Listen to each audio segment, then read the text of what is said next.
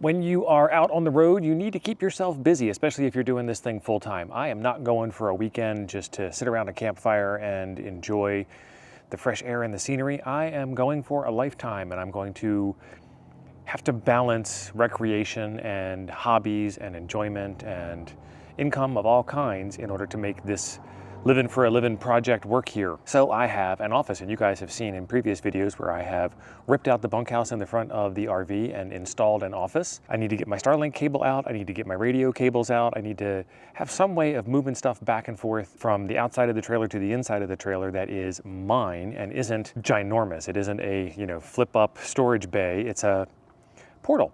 And they make these things that you can get off of Amazon where you can put cables through the wall of the RV and it'll do water hoses, it'll do electrical wires, it'll do radio cable, it'll do Starlink cable, it'll do everything.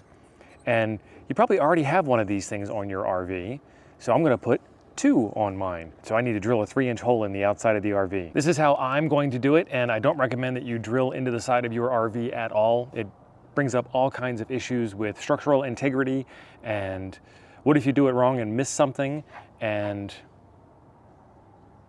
water intrusion, all kinds of stuff. So come along for the journey. Let's make this happen. All right, I gotta put this thing in the side of this thing. Wish me luck, folks. I'm going in with a big old drill bit. Like this size big. I'm scared. But we've got some room for error and we've got some silicone to clean up any mess.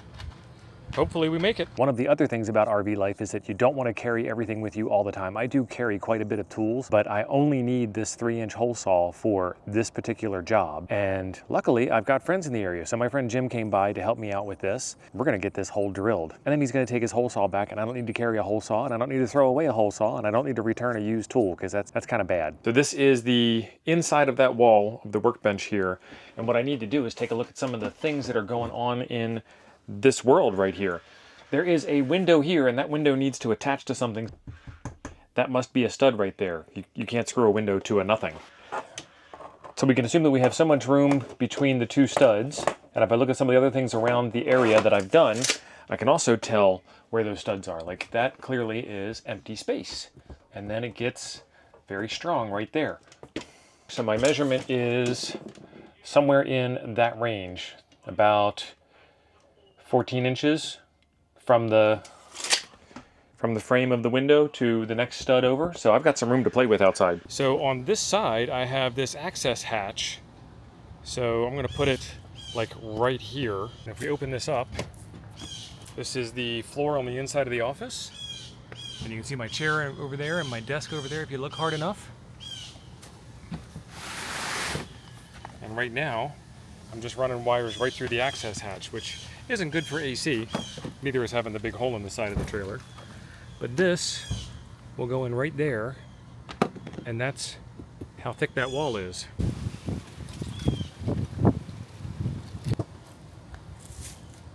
Can't even see straight. Need my old man glasses on.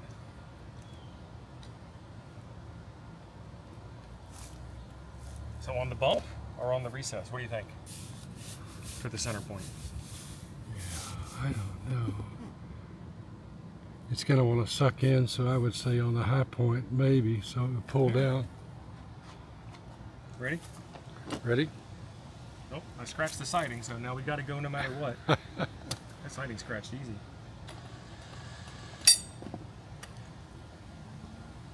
I need to do a little dimple.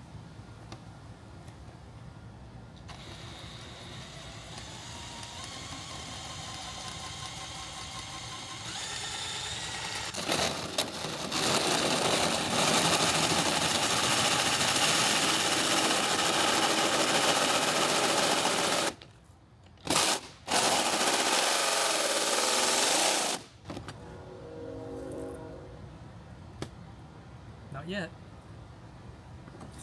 All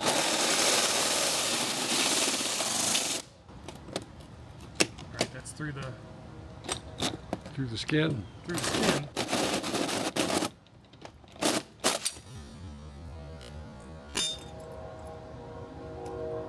Double checking that there's nothing in the way. That's the overlapping skin.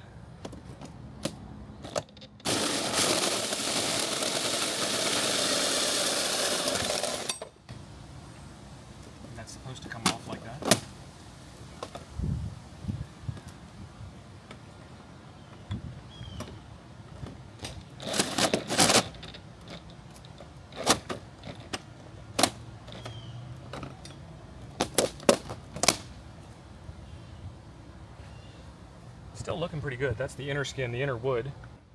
I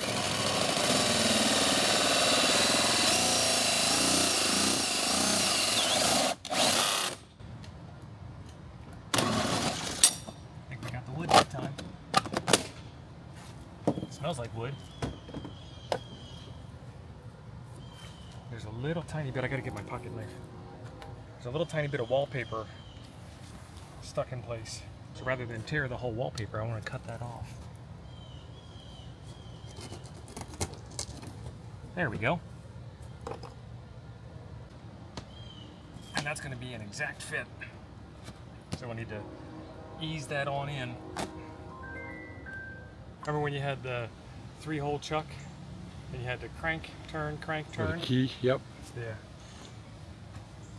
Gotta find my glasses so I can see again.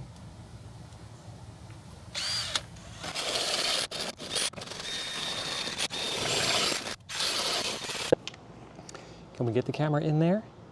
See that stud there? I just narrowly missed it. It's always a guessing game. So as they say, measure twice, cut once. Well, we got her in, and she is nice and flush with the thick parts of the siding. Now seal it.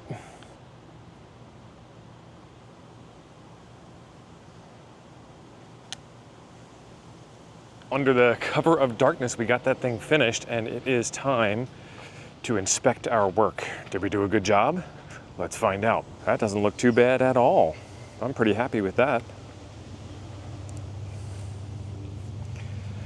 We use some white silicone because this is white, and that'll help it blend in a little bit, but that looks okay. And now here is the real test. Let's open this up. And here is my coax cable. Now we can close that up again. That hole opens up, that piece opens up. In goes the coax cable, or whatever other cable I want to shove through.